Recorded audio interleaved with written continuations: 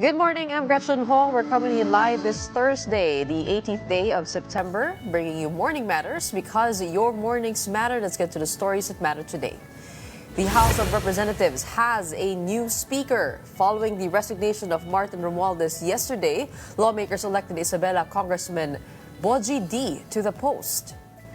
The House will change under my watch. This was the strong message of newly installed Speaker Boji D, who also admitted to the chamber's failings and appealed for a chance to regain public trust. And while Tropical Depression Mirasol is set to leave the Philippine area of responsibility, weather conditions are unlikely to improve. This is due to another tropical depression, Nando, which may reach typhoon category as it nears the landmass of northern Luzon. Welcome to our program, Morning Matters, where we talk about the issues you need to know for the rest of your day. Now, first on the agenda, a historic shakeup in the House of Representatives. Speaker Martin Romualdez steps down amid corruption controversies, paving the way for Isabela Congressman Faustino Boji D to take the helm. Here is a report. Yesterday was a big day for the House of Representatives. With the resignation of Congressman Martin Romualdez as House Speaker, today, with a full heart and a clear conscience, I tender my resignation as Speaker of the House of Representatives. The greatest act of leadership is the grace to let it go, so that this institution may endure stronger than ever before. and the rise of Congressman Faustino Boji D for the post. Tinatanggap ko ng buong kababang loob ang hamon ng pagiging Speaker of the House. As the new House Speaker, D faces a flood of problems, starting with the Chamber's probe into irregularities in flood control projects. He vowed that no one will be shielded. Under my leadership, this House will change. I will not defend the guilty, and I will not shield the corrupt. At a recent hearing, contractor Curly Discaya dropped the names of Romualdez and Ako Bicol Party List Representative Zaldi Co, as politicians frequently mentioned in questionable transactions. The issues surrounding certain infrastructure projects have raised questions that weigh not only upon me, but upon this institution we all serve. The longer I stay, the heavier that burden grows on me, on this House, and on the President I've always sought to support. Speaker D, meanwhile, assured the public of fair hearings.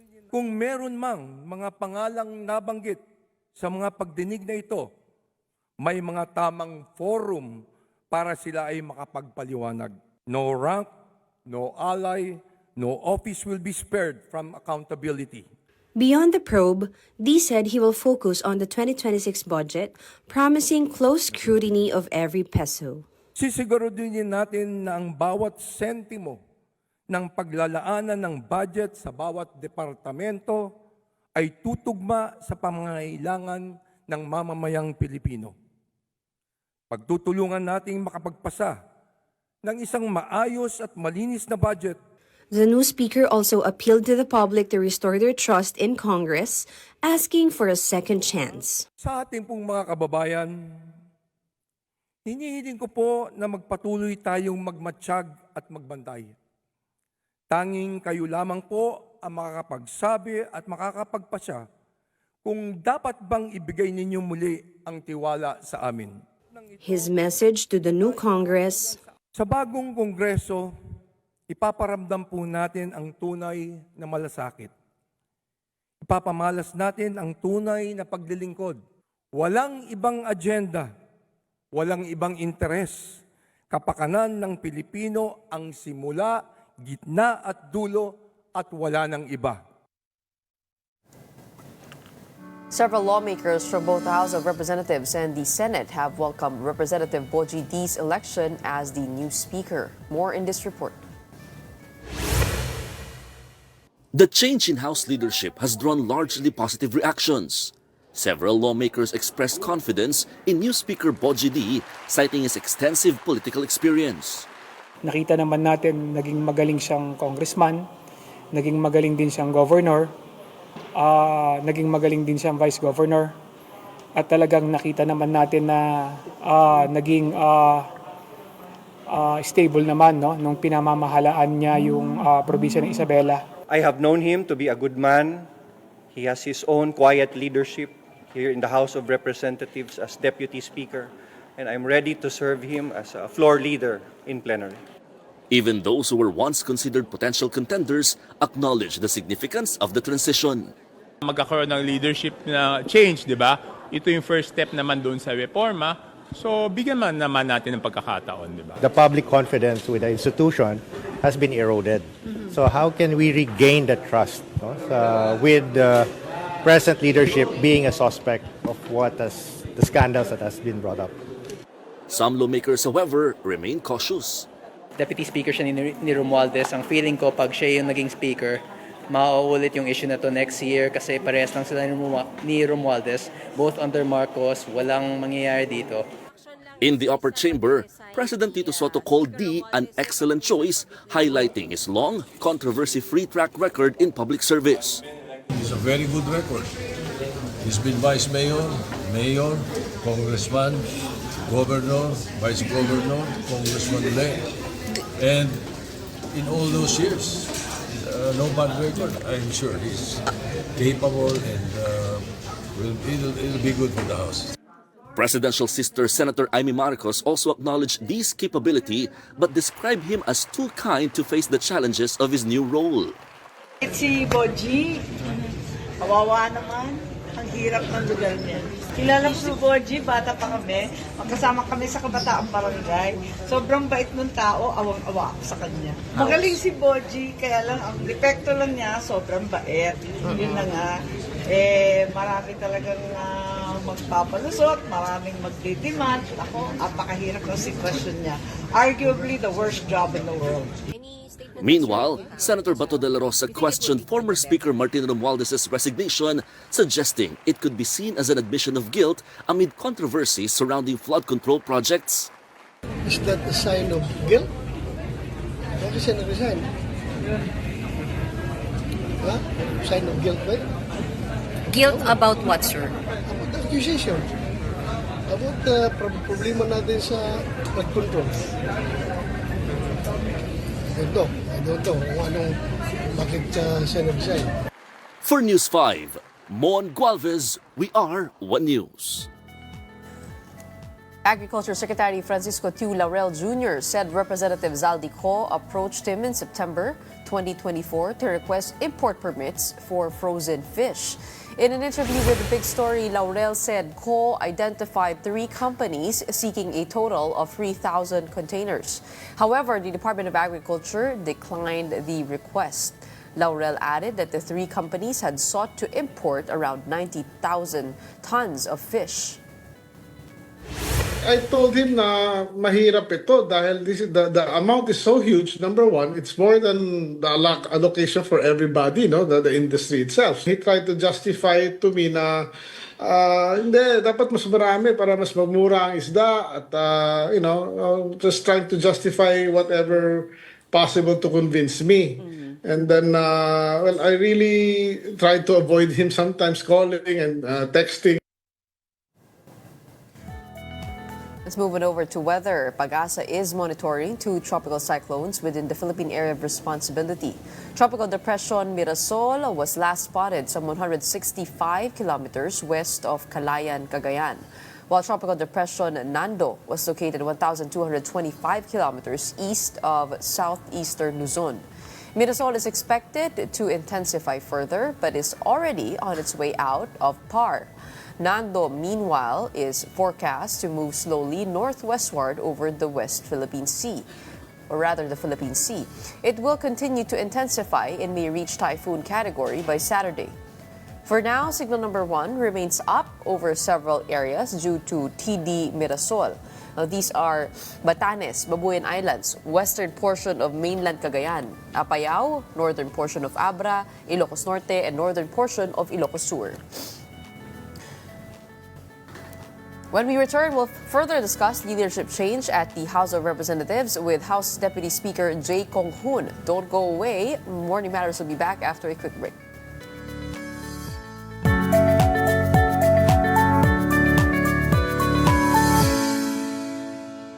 Welcome back. You're still watching Morning Matters here on One News. The Justice Department has approved the filing of 2 counts of sex trafficking charges against Gawad Kalinga founder Tony Meloto. The DOJ found prima facie evidence to indict Meloto for allegedly establishing, quote, a structured system of sexual exploitation using organizational hierarchy and deception. 2 scholars of Gawad Kalinga School for Experiential and Entrepreneurial Development, or SEED, have accused Meloto of sexually abusing them in 2017. Meloto had previously called these accusations baseless. State prosecutors agreed with the complainants that Meloto used his authority to abuse them sexually and, quote, satisfy his lustful desire. You know, I'm happy to say that the fact that they filed a complaint, they were able to file the complaints, that to them is already a victory because they felt heard already. Because as you said, it took them 8 years, but it wasn't as if they reached out to us just last year and nothing was done prior to those years that they were silent. They felt that they were actually silenced. The Commission on Elections on Wednesday officially proclaimed the Gabriela Women's Party as the 64th winning party list group in the May 2025 polls. COMELEC Chairman George Garcia said the additional seat was necessary to meet the constitutional requirement that the party list sector occupy 20% of the House's total membership.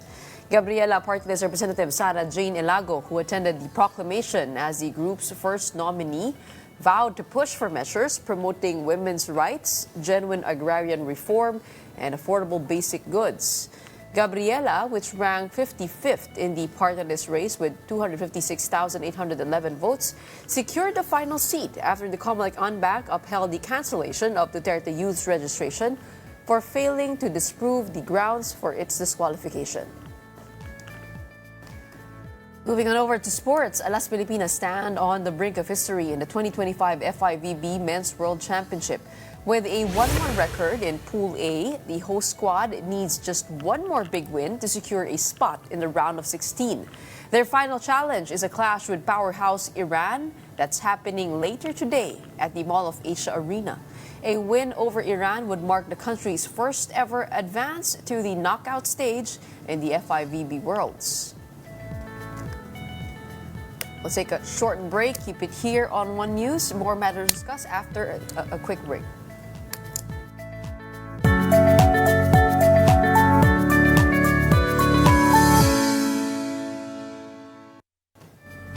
Welcome back. You're still watching Morning Matters here on One News. The Senate Blue Ribbon Committee, now under the chairmanship of Senator Ping Lacson, will resume its probe into the alleged anomalies and flood control projects. And for updates, we have Mobile Journal Merimon Reyes on the line. Magandang umaga sa'yo, Merimon. Good morning, Gretchen. At 9 o'clock a.m. na set na nga ipagpatuloy ng Blue Ribbon Committee, but now under the chairmanship of Senator Ping Lacson, ang kanilang probe on the anomalous flood control project and other concerns related nga dito sa sinasabing may presensya raw ng korupsyon o kaya yung pagkukupit sa pera o pondo ng bayan. Gretchen, yung ilan sa mga inaasahan na resource person na dadalo sa pagdinig ngayong araw, sila DPWH Secretary Vivencio Dizon, itong si Planning, Public-Private Partnership and Information Management Service ng DPWH na nakasangkot din na si Yusek Maria Catalina Cabral, even from the DBM, Secretary Anina Pangandaman, Secretary of Justice si Crispin Remulla, represented ng kanyang Prosecutor General na si Richard Anthony Ipadulion. Kasama rin dito si Acting Chairman ng PCAB na si Dr. Pericles P. Dakay. At pagdating naman doon sa mga contractor, inaasahan natin, Gretchen, itong si Mark Alan Arevalo, Sally N. Santos, Warren T. Josenia ng WJ Construction, pati itong si Nina Elamparo Jose ng WJ Construction na last time na sinasabi pumunta raw dito sa Senado para raw puntahan ang opisina ni Senator Jinggoy Estrada para doon sa kickback o obligasyon. And among the personalities, Gretchen, din is yung Bulacan Group of Contractors na inaasahang dadalo sa pagdinig ngayong araw. Kasama na dyan sina Engineer Henry Alcantara, Bryce Hernandez, and JP Mendoza. Gretchen. Oo, ito nga no. Titignan natin ngayon yung listahan ng nabanggit mo. Si DOJ Secretary Boying Remulla at ang Department of Justice, what will their role be there? Gretchen, tinitingnan kasi nila dito yung mga legality patungkol dito sa mga nasasangkot from the contractors, sa PICAB, and even from the DBM at yung iba pang mga inaasahan na dadalo. Yung isa pa kasi na nani-raise din na concern dito is hindi na lang doon sa side ng mga contractors, maging doon sa PICAB mismo. And the-raise yan ni Senator Erwin Tulfo, kine-question niya na may itong mga regulators supposedly ng PICAB, binubuo rin daw ng mga contractor na nagbabag din ng mga proyekto. So yan yung ilan sa mga nais nilang maituwid ngayon. Even itong batas ngayon, Republic Act 6713, ito yung sinasabing Code of Conduct for Public Officials na namamataan nilang na-violate daw ng mga ito, Gretchen. So more of nandun sila para makinig para sa build-up of cases? Oo, Gretchen. Actually, yun yung titingnan natin ngayon yung magiging direksyon ng Blue Ribbon Committee. Ang sabi kasi ni Senator Singh, kung saan iniwan ni Senator Marcoleta itong Blue Ribbon, doon daw sila magsisimula at doon daw nila dadagdagan o posibleng maiba yung direksyon. Pero ang sinisigurado raw ni Senator Singh, lahat daw ng masasangkot, wala raw silang sasantuhin hanggat may resibo raw na may pipresenta. That also includes, Gretchen, yung CCTV footage na posibleng makita ngayon o mapag-usapan na pinapakitang itong si Nina from the WJ Construction na pumunta raw nga sa Senado August 19. So siya, ito from the WJ Construction, and ang nasabi pa ni Senator Singh, ipapasabila rin daw nila yung CCTV operator sa Senado para maipaliwanag yung konteksto ng footage na yon August 19. Gretchen. Okay, napansin ko doon sa listahan mo ng mga contractor, wala ang mga diskaya. Bakit? Actually, kasama sila, Gretchen, sa mga ito. And pagdating doon sa iba pang mga contractor, ang nakalagay pa ito mag-asawang Diskaya ng Alfred Omega, St. Gerard Contractor. From Wawaw Builders, Revalo, from SYMS Construction, Sally Santos, from the Iron Construction, si Robert Imperio. Pero yun lang yung so far na nakita natin sa listahan kasi yung ibang parts ng top 15 na list of contractors, ang sinasabi ni Senator King dyan, nilalagyan na raw nila ng prioritization yung mga ipapatawag na contractor para raw hindi masayang yung oras at panahon ng pagpunta nila. Pero for today, nakakasama ang mag-asawang Diskaya sa pagdiligit. Sabi mo kanina, pupunta rin si dating Secretary Babe Singson. Is that part of his role as now with the Infrastructure Commission? Siya ba ay observer lang dito or will he be a resource person also? Gretchen, resource person itong si DPWH Secretary Ding Tison dahil recently din marami na silang binisita rin ng mga flood control project. Vince Dison. Okay, mali pagkakarinig ko. Oo. Vince Dison. Kasama na rin sa mga resource person kasi yung mula sa engineering office ng Bulacan 1st District. At karamihan sa mga ito, nagmumula nga sa 1st District Engineering Office ng Bulacan. Kasama na dyan, for example, itong sina Materials Engineer, Engineer Merch Jaron Laos, Project Engineer, Engineer RJ Dumasi, at Accountant Juanito Mendoza. So medyo ngayon, Gretchen, magiging jump back itong araw ng pagdinig dahil wala rin plenary session. So even beyond 3 o'clock in the afternoon, maaari nilang bigyan ng oras itong Senate probe ng Blue Ribbon. Gretchen. Mukhang halos complete attendance tayo dito ngayon sa Senate Blue Ribbon Committee hearing na ito. Kulang na lang sa aking tala, COA, no? Hindi pa napapatawag ng Senado. Pero I guess we'll wait for that later on in the other hearings. But in the meantime, we'll let you go. Maraming salamat. 9 a.m. itong pagsisimula ng Blue Ribbon Committee hearing. We'll stay tuned for that. In the meantime, thank you very much. We have Mobile Jordo Marimon Reyes reporting to us live from the Senate.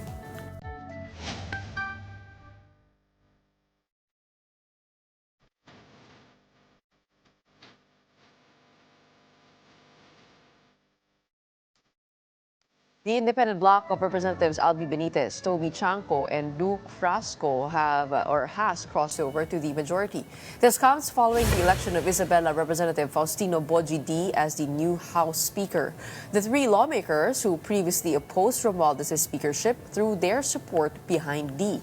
Now, it remains unclear if the veteran legislators will receive key committee posts under the new leadership.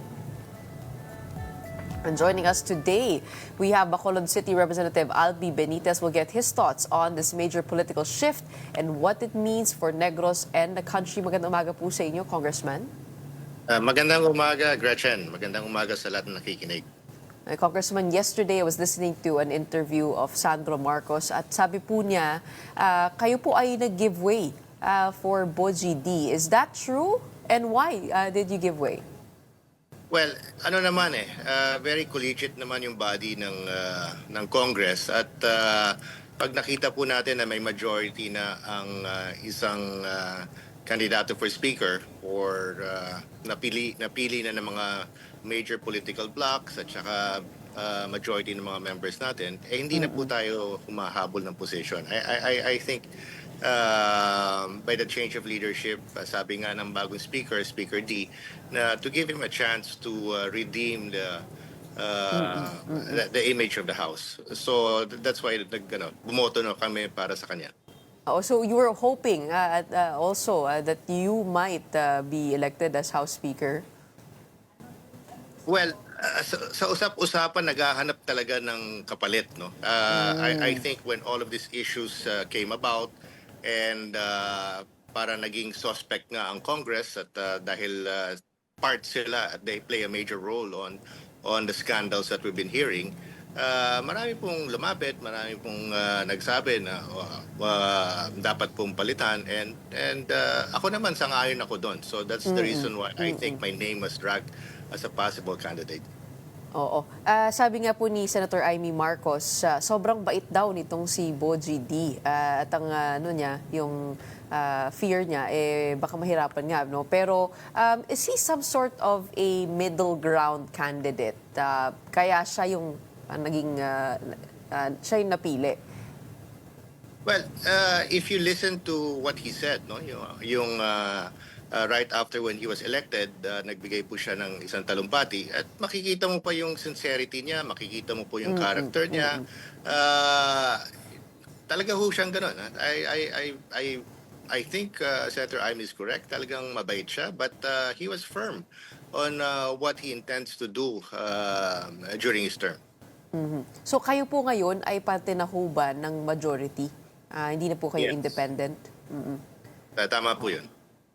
Are you hoping to or eyeing some committees under his leadership? Hindi pa namin napag-usapan yan. I think inuna lang muna ang position of speaker. And then ang next, I think, biggest challenge is of course passing the budget. So nandun kami ngayon, napag-usapan din sa aming mga colleagues na will give priority first on passing the budget bago pag-usapan yung mga committee membership. Medyo mahaba-habang usapin po yun, ha? Kasi ngayon pa lang, kinakalkal ito. I mean, how do you expect to settle that? Diba, there was a proposal to send it back, but now, iayusin daw po siya ng DPWH at saka ng Department of Budget and Management. Gaano katagal kaya? What would it take to be able to pass the General Appropriations Bill? Well, may timeline kami. We cannot last more than 3 weeks to be sent to the Senate. So, hindi pwede po maging maberya kami ng mga internal changes. No? So, that's the reason why I think we will held in abeyance muna ang committee chairmanship. Unahin po ang budget. At alam naman po natin, very transparent na ngayon. No? We've allow the public to scrutinize, to see, at panoorin ang mga ginagawa naming budget deliberations. Looking at the speech of the new speaker, medyo bold po yung kanyang mga salita. Sabi po niya, under my leadership, this house will change. But if you take a look at the background of the speaker, he also comes from a long-time political dynasty in Isabela with 9 other relatives in government. Some are afraid that this might be same old, same old. So ano po sa tingin po ninyo yung madadala po niyang mga pagbabago sa house? Well, sabi nga niya, bigyan natin siya ng chance. Diba? So that's what we're doing. Bago po tayo magsalita ng kung ano-ano, let's give him a chance. Naniniwala po ako dun sa mga sinasabi niya. In the short discussion that I've had, talagang naghahanap po siya ng paano po mariredeem ang Congress dahil ang imahe, ang image has been tarnished because of well, there is suspicion that Congress nagko-cover up sa mga anomalyas na ginagawa ng mga members. So, let's give him a chance. Yan po hinihingi niya at tingin ko po dapat naman bigyan siya ng pagkakataon to prove himself. Ano po sa tingin niyo yung magiging malaking pagkakaiba po niya dun sa dating speaker? Well, unang-una, hindi po siya sangkot sa 3 taon na budget appropriation or budget yung pinasang budget. So he is not involved in that. And I think very sincere po siya. Tsaka mukhang wala siyang sasantuhin. There will be no sacred cows in this investigation. Actually, nga po yung sabi niya, no? He also said that I will not defend the guilty, I will not shield the corrupt. With that, meron kayang posibilidad na matawag din itong si dating House Speaker Martin Romualdez at si House Appropriations Chair Zaldico sa mismong hearings ng Kongreso. At pwede ba yun na colleague po ninyo ang tinatanong ninyo tungkol sa nangyari sa budget process? Well, I'm not sure kung kami pa mag-i-investigate. No? I think na buo ng independent commission, so malamang ipapasa na to ang yung role and mandate to investigate. But the House definitely will have to assist and give everything that they know kung ano ang mga documents required, ano ang mga testimonies required. Mas madali na po ibibigay yan dahil meron na po tayong bagong leadership na hindi posibleng sangkot dun sa ini-investigate na mga issues. Oo. So the most likely forum here for Martin Romualdez and Zaldico, the 2 congressmen, nasa labas na po ng Kongreso at saka ng Senado, o posible rin po silang maipatawag? Well, I'm not sure. No? Ang rinig ko naman dun sa Senado, I think mag-wrap up na lang sila. No? I think 1 or 2 hearings sa Senate Blue Ribbon Committee and then ipapasa na rin po nila sa independent commission. And with that, ano po kaya yung direksyon na maaaring matake nitong flood control investigation dito naman po sa House? Kung hindi na po yan pag-uusapan, how could the House probe be as effective and complementary? Well, unang-una, I think the truth, yung katotohanan, nasa mga siguro documents ng House or mga testimonies, mga ibang mga colleagues namin, baka may alam, no? Kasi they were really a major player and had a big role in approving the previous budgets. So, ito po maging malaking well, they can contribute sa investigation ng independent commission. Okay. Sabi rin po ni Speaker Boji D, siya po ay nagtutulak ng budget reform. No? Sa inyong palagay, ano kaya yung maaaring pagbabago dito sa proseso ng paglikha ng budget at to make it more transparent and to lessen the chances for insertions happening? Well, yung insertions has been part of the budget process ever since. Ang kailangan lang po is to be transparent in all of the transactions and all of the items of the budget para makita ng taong bayan kung saan napupunta. For example, sa amin, no, sa Bacolod City, I'm asking for a flood control summit para bago po i-propose ang mga flood control projects, alam na po ng taong bayan kung saan po dadalhin, anong gagawin. No? So, the question is, and the issue is really transparency. So the more transparent we are with the budget, mas madaling tatanggapin at mas mawawala po yung mga scandals or issues or anomalies or irregularities na nangyari nung previous budgets. At isa nga po na ni-raise po ni Congressman Toby Chanco, yung lack of transparency dito sa mga nangyari sa small committee.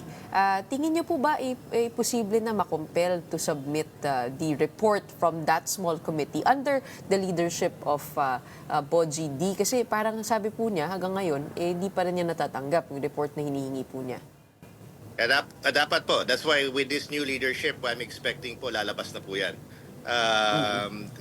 Hindi naman po dapat mahirap yan because in this age of technology, kompleto po yan. No? And in fact, dapat may mga soft copy para mas madaling makita ng mga membro ng Kongreso, pati po ng general public, and maybe we can go even further, no? That we can use modern technology to ensure na maging transparent talaga at mahirap galawin o mahirap singitan ng mga kung ano-anong mga irregular insertions. So Kayo po ay, Kayo po with ay modern naging, technology po magagawa po natin yan. modern technology how po?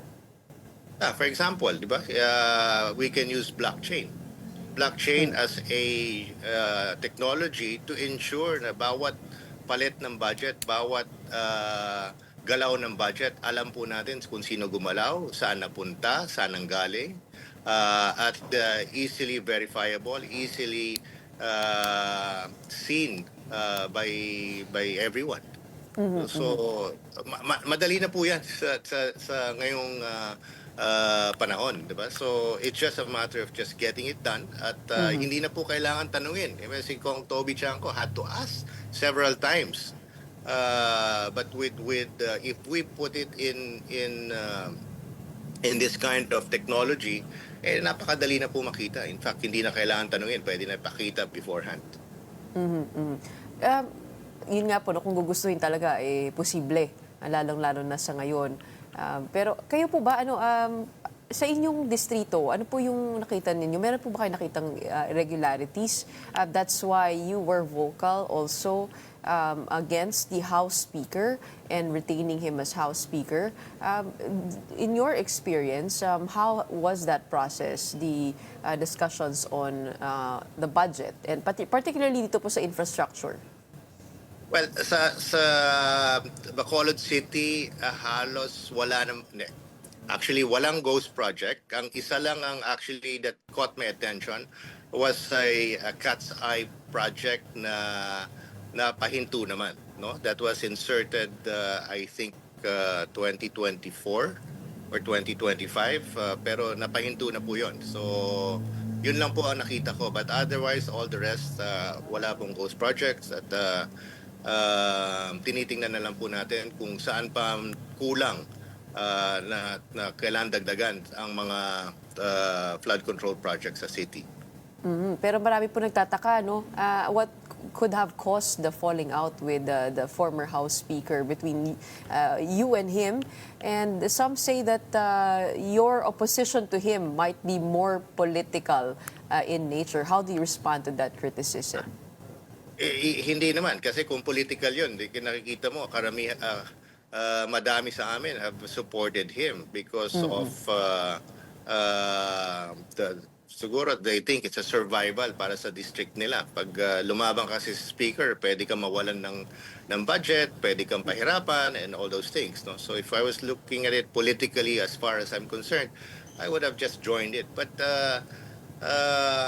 nakita ko yung budget process at yung ginawa nung 2025 and previous budget. There's really some questions that I thought should have been addressed properly. For example, bakit po nagkakaroon ng 20 billion plus sa isang distrito? How was that done? Sino po ang pumili at naglagay ng mga ganyang klaseng allocation?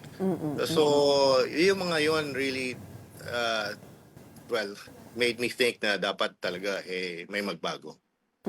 And what do you think is the level of culpability of the House Speaker here and the House Appropriations Chair? Bilang sila po ay nandun nga po sa BICAM, also in the small committee, how high should accountability go here, and how responsible are they for those insertions? Well, how high will depend on the evidences at saka kung saan talaga mapupunta ang investigation. But because of command responsibility, I think that's why nangyari itong palitan ng change of leadership. Dahil suspect po ang Congress suspect ang mga legislator. And ang nangyari nga, nagkaroon ng parang cover-up, no? I would bold to say. Kasi bakit ba isa sa mga membro ng Kongreso had to go to the Senate hearing just to show what he knows about the issue being discussed? So parang hindi na parang tama, di ba? Bakit kailangan pa magpunta kung saan-saan para ipakita? Dapat tayo mismo ang nagpapakita na ng mga nalalaman natin at mga bagay na dapat ipresenta sa publiko, sa public, for us to arrive at the truth of what really happened at kung sino-sino talaga nagkamali o nagkaroon ng sala. And yun nga po, no, kung papatawagin po sila ng ICI, how do you imagine that investigation to go? Will that be available to the public, or will that be mostly in the courts already? Settled in the courts? I think ICI is composed of very good people. The Justice Andy, Mayor Magalong have proven their integrity. So I think no stones will be left unturned pagdating po sa investigation ng ICI. Now, whether they have the power to prosecute, I don't think so. So that will be thrown to the courts for their disposition. Kahapon po, we had Francisco Tiu Laurel, Agriculture Secretary, tell us on the big story that Representative Zaldico had approached him in September of 2024 to request for import permits for frozen fish. So parang meron daw po 3 kumpanya seeking a total of 3,000 containers. Medyo mabibigat po itong aligasyon ng Agriculture Secretary. Ano po kaya ang maaaring gawin dito? I mean, it's also a glaring conflict of interest. Marami na nga information at mga ganyan na lumalabas, no? That's why I think it is incumbent on the leadership of the House na pabalikin si Congressman Zaldico para sagutin yung mga issues against him, no? So I think very important that he defends himself at this under the with this proper platform para malaman natin ang buong katotohanan. And I think his staying away is not helping him and finding the truth of what really happened. Dapat po siya bumalik. Wala po kayo nababalitaan kung kailan, o may interest na pong bumalik? Wala po akong nababalitaan, but alam ko wala po siya sa Pilipinas. Okay. We noticed that yesterday during the oath-taking ceremony of the House Speaker, your son was the one who administered the oath. Paano po siya napili? And what do you think is the messaging that we see right there? I mean, is this a total alignment between your family and in support of his speakership? Ano naman, by chance lang, no? Because magkapartido sila. Both are coming from PFP party. And Congressman Javi Benitez was the youngest. Siya po yung pinakabata dun sa partido ng PFP. Kaya po siya napili as to be the person to take the oath. O naalala po namin, simula pa lang ng 20th Congress, kayo po ay naging vocal na dito nga sa pagiging independent po ninyo. What do you think was the deal breaker here that caused the former House Speaker to resign? Is it Malacanang's displeasure already with the way things are going? Well, as they say, public office is public trust. So nawala na po ang trust sa Kongreso, and of course by command leadership, by command responsibility, the Speaker had to go. And ngayon, with the new leadership, ano pong inaasahan po ninyo na maitutulak po ninyo? I mean, we are going to the budget process already. Ano po yung mga gusto nyo makita for your city? Well, hanapin ang katotohanan, bring the accountable to justice, and provide a transparent platform for all government transactions, all transactions sa Congress, and make sure that the proper reforms are instituted para hindi na maulit ang mga ganitong klaseng issues. Pero pwede po pa kaya mahabol yung yung mga responsable dito sa 2025 budget. Said to be one of the most corrupt. Dapat talaga habulin. Pero hindi po sa Kongreso talaga mangyayari yun. Do you think it's impossible to have that? It's hard to investigate ourselves, no? Kasi we are suspects. So baka ito na nga, pinag-iisipan na nga, madaling sabihin na hindi lang yan, hindi lang sila dapat ganito at dapat ganon. Para mawala po yung suspicion at magkaroon po ng credibility, nilagay na po natin sa isang independent commission.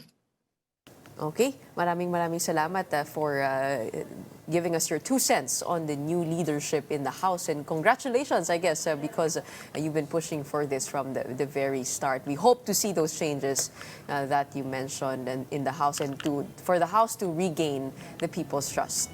We have Bacolod City Representative Albi Benitez joining us on Morning Matters today. Maraming salamat. Thank you po. Don't go away. More matters to discuss after a quick break. Keep it here on One News.